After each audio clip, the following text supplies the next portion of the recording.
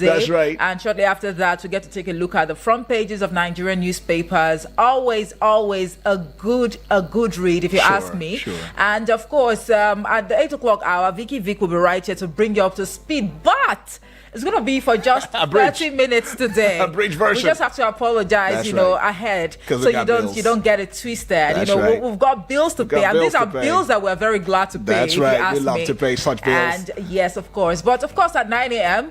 on Eagles Outlook, we'll be right back, myself and UD, talk about the new terrorist group.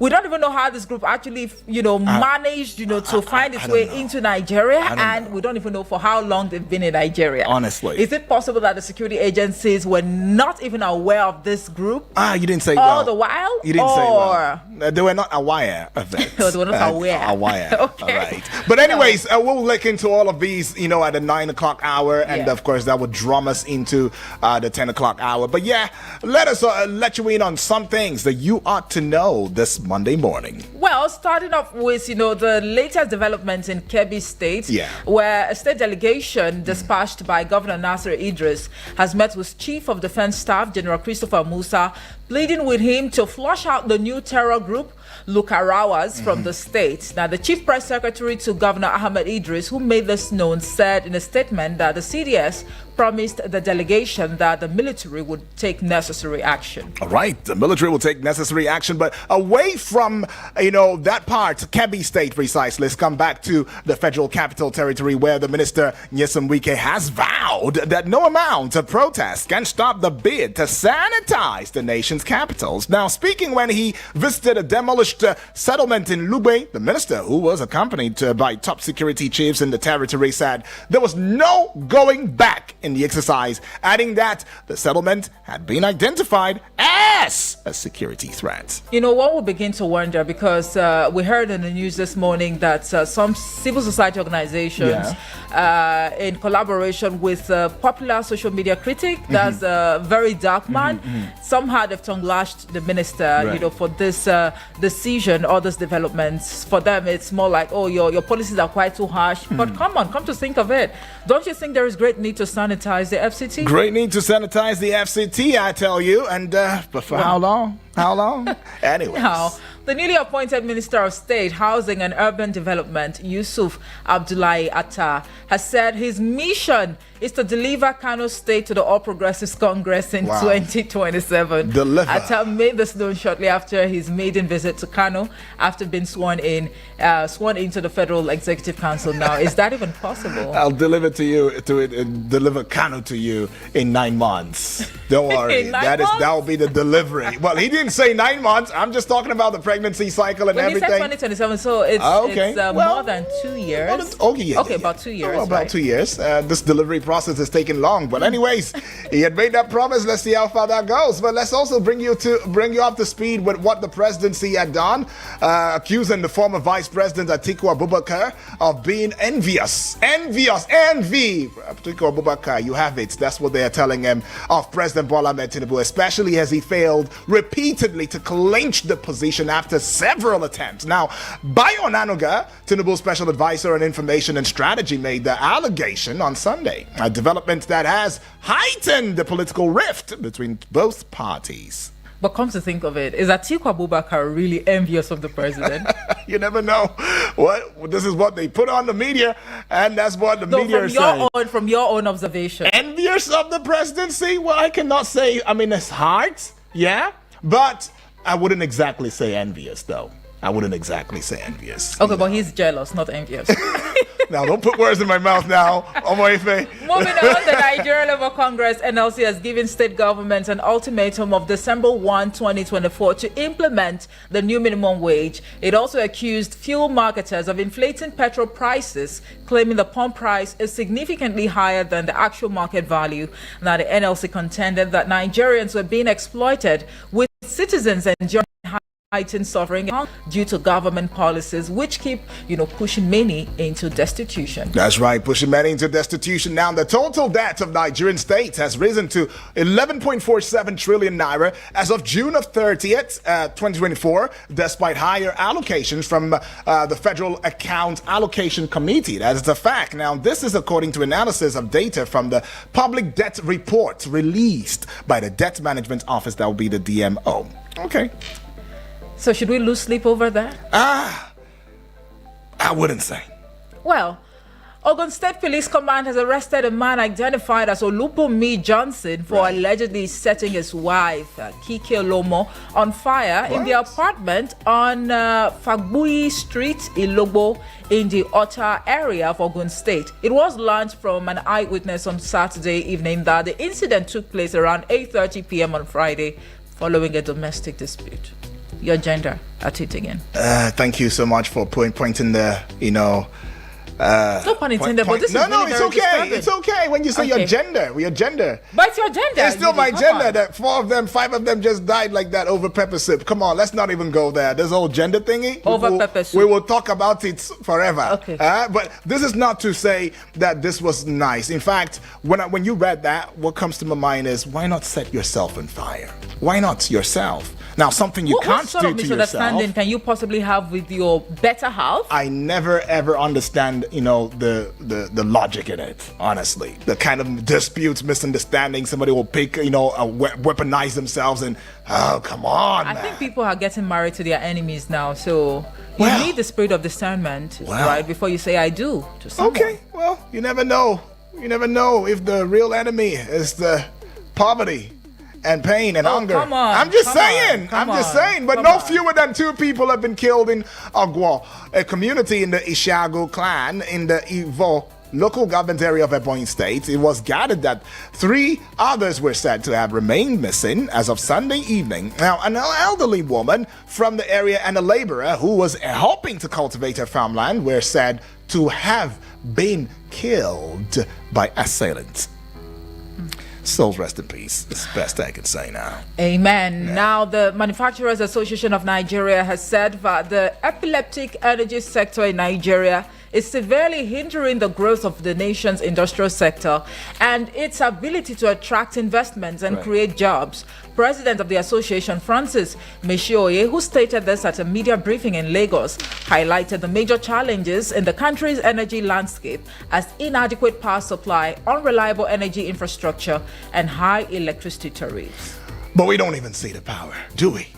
Well, I'll leave it there. Now, we should also let you in on the fact that the Emir of Kano, Muhammadu Sanusi II, has urged Nigerian judges, particularly justices of the Supreme Court, to administer justice with fear of God. Now, Sanusi made the call at a public discourse in Lagos with the theme ethics, morality, and the law, charging them to remember that they are accountable, firstly, to God. Right, that's a wrap up for the 10 things that you ought to know. Now let's get to the front pages of Nigerian newspapers and start you up with the punch. Right, on the front page, the big news story there says state's debt hit 11.4 trillion naira as federal allocations rise. Right underneath it says foreign debt hits $4.89 billion as state owe 4.27 trillion naira local debt. That's right. Lagos, Rivers, Kaduna, Delta, Edo, top chart. Lagos? Wow, top charts. They even topped the chart. Lagos? And Lagos is being mentioned. Rivers is being called. Wow, maybe Kaduna I can understand. Edo I can understand. Even Delta?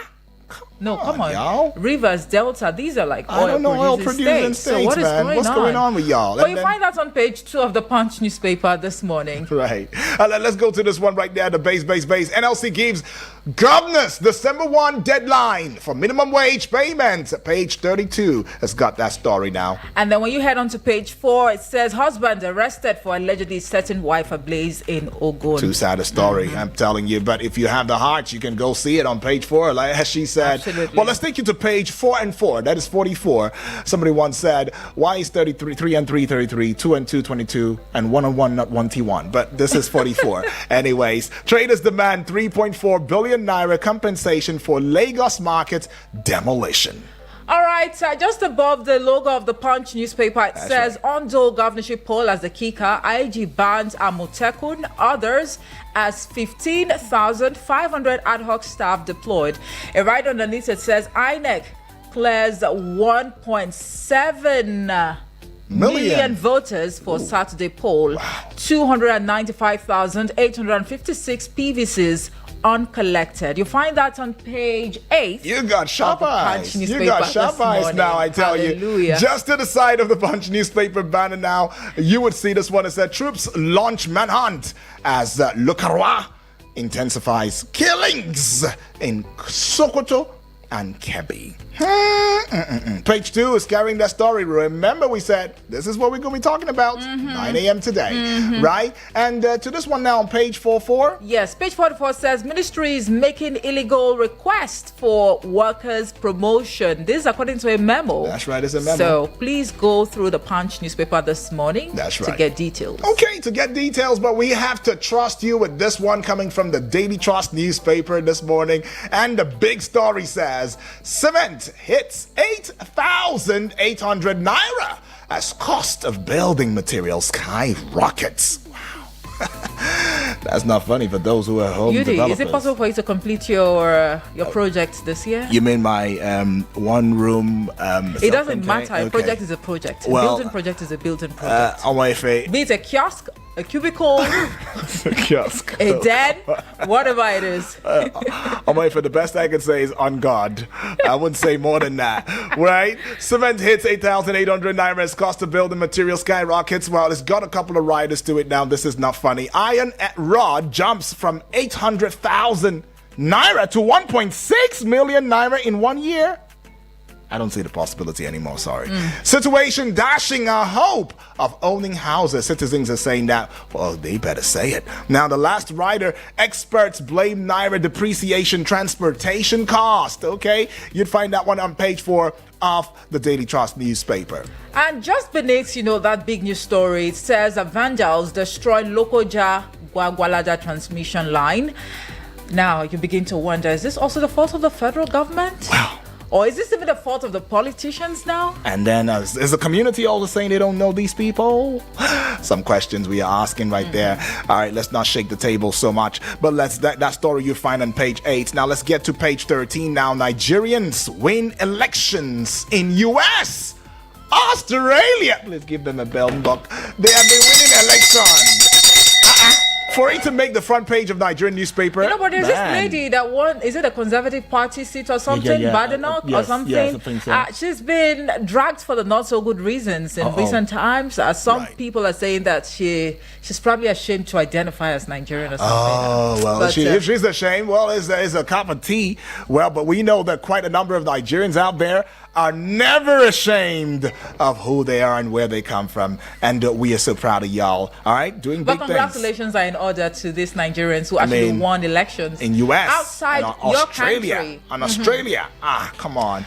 Well, anyways, this one says, Edo governorship, ICPC to probe INEC officials over infractions. Page 15, looking very popular this time, is carrying the story. All right. And then when you move on to page what now? Which one? This last one? Yes. Oh, page 8 it is. Page 8. All right. ACF. I guess that's the Arewa Consultative Forum. That's right, urges action as Lakurawa kills 15 in Kebbi.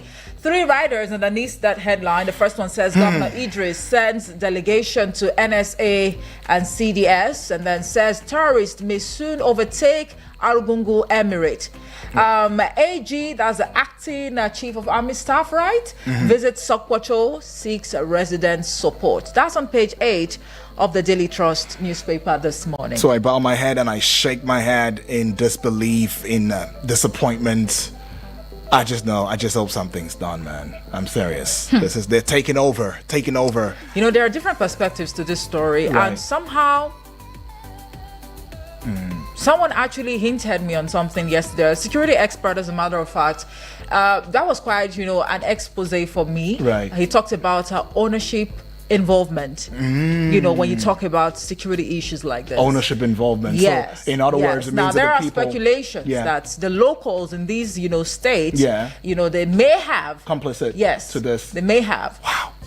Okay, well, let's still. Oh, well, we're taking a cat out of the bag now. Oh, but anyways, no, you don't have to. But page 15 right here is saying, rescue our children, parents of Zamfara students in Cyprus, beg governor. Let's see that one now. And now this protest one too. trails a demolition of Ruga. Wike invites victims. Okay, right. page I guess 3. that's on page 3, right? That's right. And to page 13 now, Kano to Kano governor, don't please Kwankwaso at expense of masses. You know, just last week, Kwankwaso came out to say that a number of people are trying to, you know, make him, or they're trying to, in the words of an average Nigerian, pour sand in his relationship between himself and, you know, the Kwankwaso, the Kwankwaso boss, in Kano State. I get that. Yeah. Oh, wow. Can you imagine? But let's take you to the Guardian newspaper this morning, though. All right. On the front page, the big news story there says delayed 2025-2027 MTEF. That's the medium-term expenditure framework. That's right. Threatens budget cycle. You find that on page 6. And you have photographs of perhaps the big wigs, the big players. With regards to, you know, the budgets. You see that of... There is Bagudu, there is Edun, there is Abbas. Wale Edun, Fabio, and of course, the president himself, number one good-looking citizen. president. That's right. That's right. Especially with his glasses right there. Tell you what. But let's go see this one right here now, and you'd find it. It says 2027. Jonathan Obi Kwankwaso's names resound as political jostling intensifies. Right. So we looking at a third force again this time. I don't know, but yeah, you'd find it on page 6. Well, isn't it too early to start politicking? Too early to start politicking when we already hear parties already planning for 2027? I don't know. We're still in 2024, guys. Come on. If you ask me, yes, I would say too early. But for these politicians, they don't see it that way. They don't see it. They say he who plans to fail. Who fails to plan, plans to fail. True. And then page 4 says, stop Wike governors from giving cars, houses to judges. Sarab tells Tinubu. Okay. That's on page 4. That's some talk right there. Now let's take you to page 3. It says, Arewa Groups, Uriwa, Sani nudge North to accept Tinubu's tax reform. Will this really go down well? Let's see how it pans out, though. And staying with page 3, it says NLC threatens a strike December 1st, demands a wage review over worsening hardship. And now let's take you to page 3 as well. Looking very popular. Stranded oil wells. Old facility stalled 2.5 million barrels per day oil production. And let's see the base now is on page 4. And this one here says experts underscore employees' mental health amid rising workplace depression. Oh, that's on page 4. Yes, I tell you, that thing is real. It's really real. It is real. But let's move away from that now and bring you the Nigeria Tribune newspaper. It's going to be a quick read. Presidency gets hard on Atiku. Presidency gets hard on Atiku. Page 3 is carrying the story. Well, it's got one writer. Like that, though? No, I've got to say, it's what's on the front page. This it gets hard. Yeah, like comes hard on him. You know, very hard on him. Very, very hard. Now it's got one writer to it. Says he is envious of Tinubu's position. I don't know. Some people say this is ridiculous. Others say maybe, just maybe, there might be some truth in there. But, you know, a third perspective is saying might just be a clout, you know. Aside the market, you know, traders who are fond of, you know, throwing banters and words, you know, at each other. I think politicians can also, you know, get some sort of credit for that as well. I tell you what, because they do it, you know, with so much passion, and you know, and the choice of words. Oh yeah, I was gonna say that insightful, and yet they are not behind bars. I guess is what they call immunity. All right, page 6 says Nigeria's tax system among most backward worldwide contains 1939 laws. Wow. Oyedele talking there. All right, Oyedele right there. It's page 6. You would find that story to page 3 now. New terrorist group in Northwest. Crush it now. ACF tells federal government. It's got one writer to it, though. Acting COAS in Sokoto calls for citizens cooperation. The same citizens? Okay, cooperation. I hope they listen. And then page 6 says investors scout for returns as 12 companies embark on 2.26 trillion naira capital raising activities. Okay, let's take you now to page 25. It's still at the base of the Nigerian Tribune newspaper. NLC demands action on worsening hardship, economic crisis. It's got just one writer. Nigerians groan under high transportation costs. Yes, we are groaning under it. I must confess, I need to stress that. All right, this one here says IGP bans Amotekun, a vigilante from Ondo polls. The right underneath it says NSCDC deploys 6,000 operatives. You find that on page 22. And finally, right here, well, we just say bye-bye to the Nigerian Tribune newspaper right now. And let's get on with the Vanguard newspaper. Let's get a start on it. All right, the big news story that says Petrol as the kicker, banks loan for imports to hit 3.5 trillion naira. Now, this has a truckload of riders underneath the headline. Marketers set to increase importation and then pump price higher than actual market cost. NLC alleges, claims that Nigerians are being ripped off by marketers. This one here says at $72 per barrel of oil, imported petrol should be cheaper in Nigeria. This is coming from experts. And then this one here says Ipman faults NLC, says market fully deregulated. Why marketers prefer importation? This is according to analysts. And then federal government is supporting marketers' move. Well, I really can't see this clearly now. Okay. And then the last writer says Dangote Refinery has a commercial terms issue. That's right. This is according to experts. Yeah. All right. You find all of that on page 19 of the Vanguard newspaper. All right, and to something that's going to really interest you, grid collapse. Certain elements sabotaging power sector reforms. Adilabu is saying that now, I guess the minister, and you'd find that one on page... I think that's page 19. Page 19. We got sharp eyes now.